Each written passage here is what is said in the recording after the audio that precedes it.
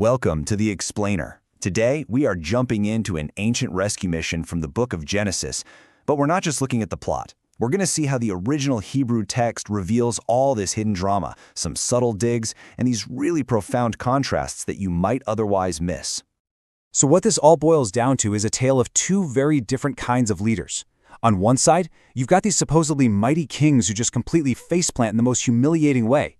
And on the other side, you have this one man of faith who acts with just stunning decisiveness. This isn't just a story about winning or losing. It's about two completely different ways of leading, and really, of living. Okay, so let's get into it. Our story kicks off in the Valley of Siddim.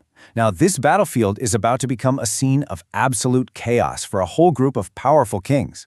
They march out expecting a glorious war, but what they get is a pretty comically disastrous defeat. And get this, the setting itself is basically a trap. The Hebrew doesn't just call it a valley, it says it's filled with berat chamar, which are natural tar pits.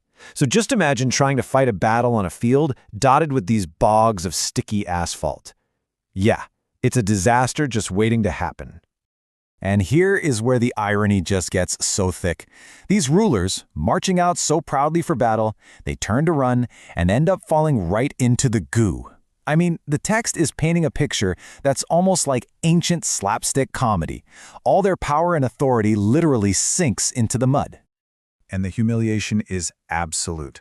The survivors, they scramble for the hills, hiding out. Meanwhile, the victors just clean the place out. They take all the wealth, the rakush, and all the food, the okel. But here's the real kicker. They capture Abram's nephew, Lot.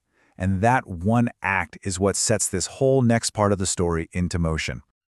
But you know, away from all that chaos and mud, a totally different kind of person steps onto the scene.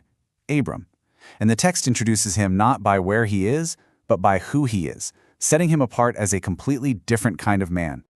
So a messenger escapes the disaster and brings the news to Abram the Hebrew.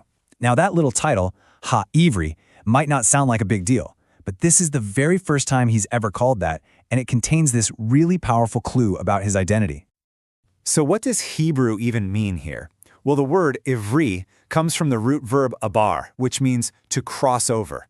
This tells us that Abram isn't just from a different town. No, he is fundamentally the crosser over, an outsider who has crossed into a totally different way of life, completely separate from the messed up world of Sodom and its failing kings. And just think about the visual contrast here. It's brilliant. The worldly kings are literally stuck in tar pits. They're ineffective and sinking.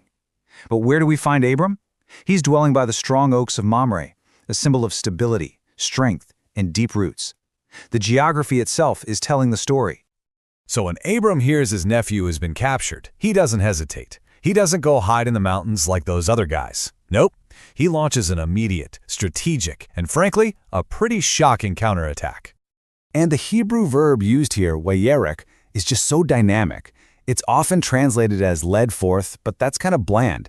It literally means he poured out or drew out. It's like Abram unsheathes his men like a weapon. It's instant, it's decisive, they are ready for a fight.